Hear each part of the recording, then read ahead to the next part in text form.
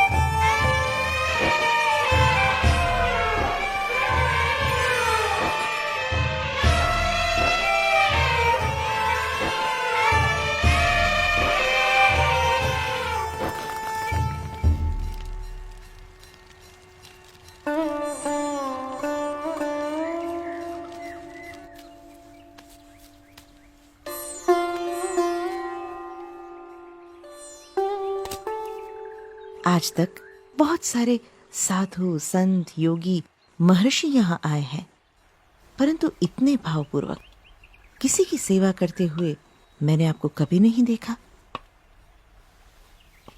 कौन है ये?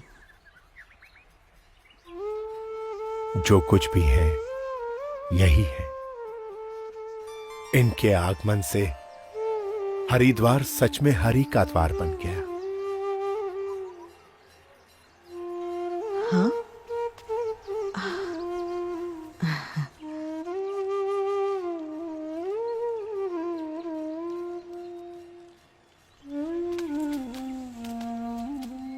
आपकी बड़ी कृपा कि आपने हमें दर्शन दिए।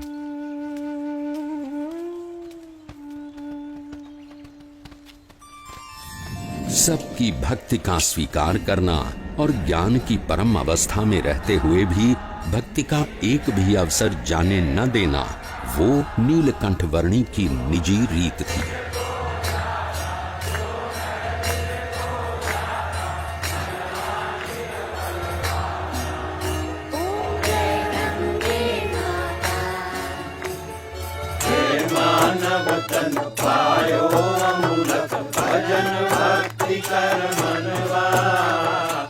जन्माष्टमी के दिनों में नीलकंठ वर्णी तपोवन आ पहुंचे।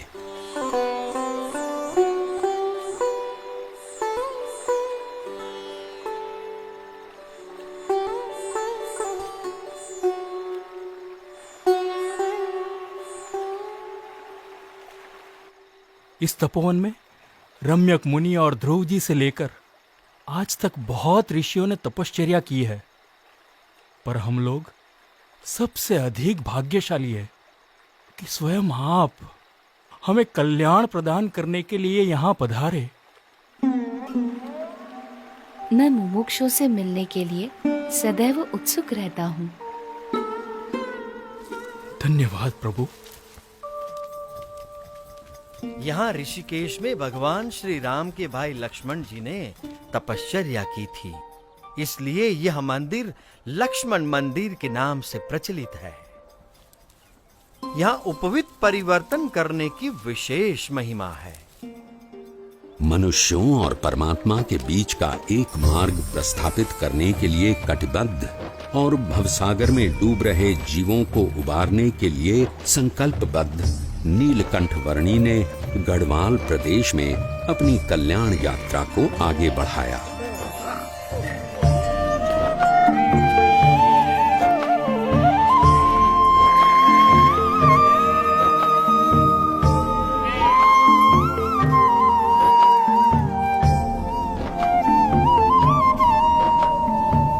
किसी भी परिस्थिति में अपने ध्येय तक पहुंचने की नीलकंठ वर्णी की संकल्प शक्ति के सामने कोई भी विकट रास्ता सरल बनकर रह जाता था।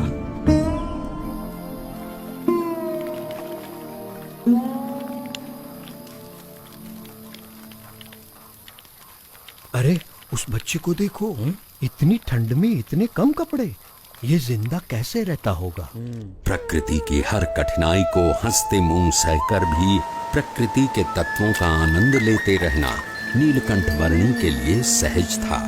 उनकी ये विलक्षणता कभी कभी प्रकृति के तत्वों में भी ऊर्जा का संचार कर देती थी।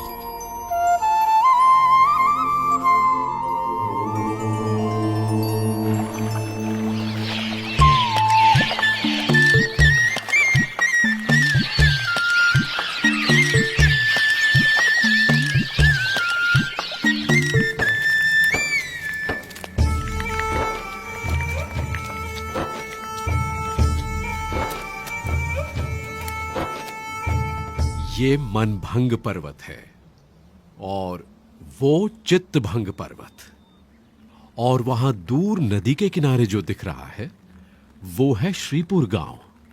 उस रास्ते से हम ऊपर केदारनाथ जा सकते हैं।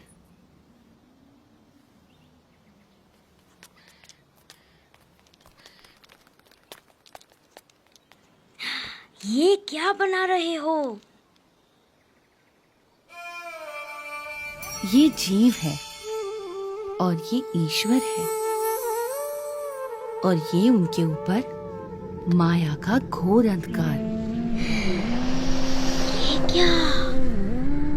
और माया से भी पर ये है ब्रह्म, और सबसे पर परब्रह्म। ये क्या देख रहा है? बेटा, तुमने सन्यास ले लिया है।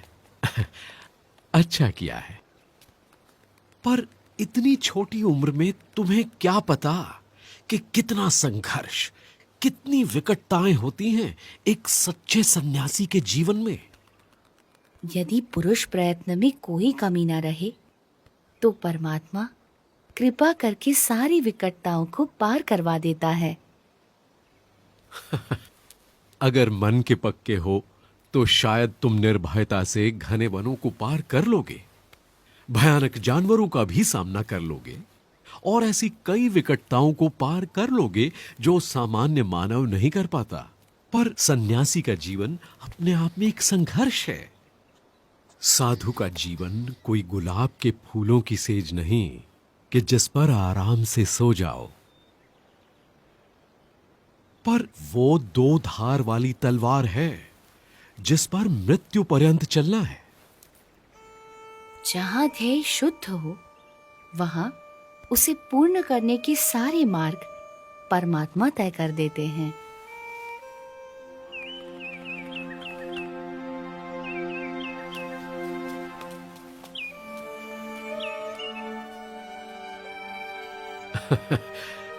बच्चा है पर मन का पक्का है।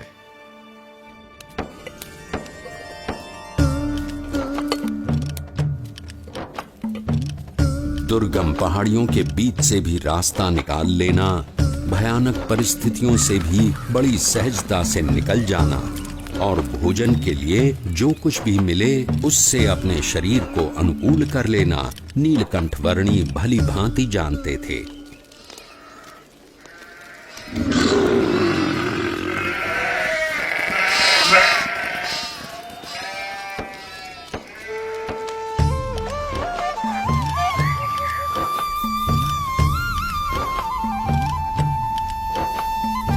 अपनी कल्याण यात्रा के दौरान नीलकंठ वर्णी श्रीपुर आ पहुंचे। प्रणाम महंत जी। आशीर्वाद। स्वस्थ तो हो ना? हाँ, प्रणाम। शुभम भवतु। कल्याण। ईश्वर मंगल करे। बाल योगी है, सुबह से यहीं ठहरे हैं।